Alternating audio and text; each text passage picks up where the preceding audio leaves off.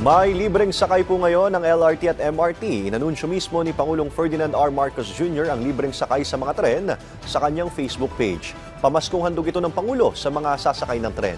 Si Bernard Ferrer ng PTV sa Balitang Pambansa Live. Ace, nagsimula na ang libreng sakay ng LRT Line 1 kasunod ng direktiba ni Pangulong Ferdinand R. Marcos Jr. upang makatulong sa publiko ngayong Kapaskuhan.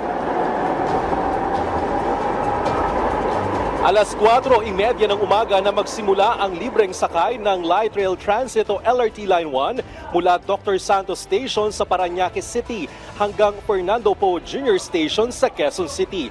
Ito ang pamasko ni Pangulong Ferdinand R. Marcos Jr. sa mga commuter.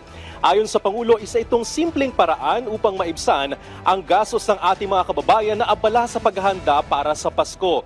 Naway magdulot anya ito ng ginhawa at maramdaman ng lahat ang malasakit ng pamahalaan ngayong Kapaskuhan. Tinatayang aabot sa 1.1 million na pasahero ang inaasang sasakay sa LRT Line 1, LRT Line 2 at Metro Rail Transit o MRT Line 3. Ito ang magiging pinakamataas na ridership ngayong taon. Mayorya ng mga sumasakay sa mga linyang ito ay mga estudyante at mga manggagawa.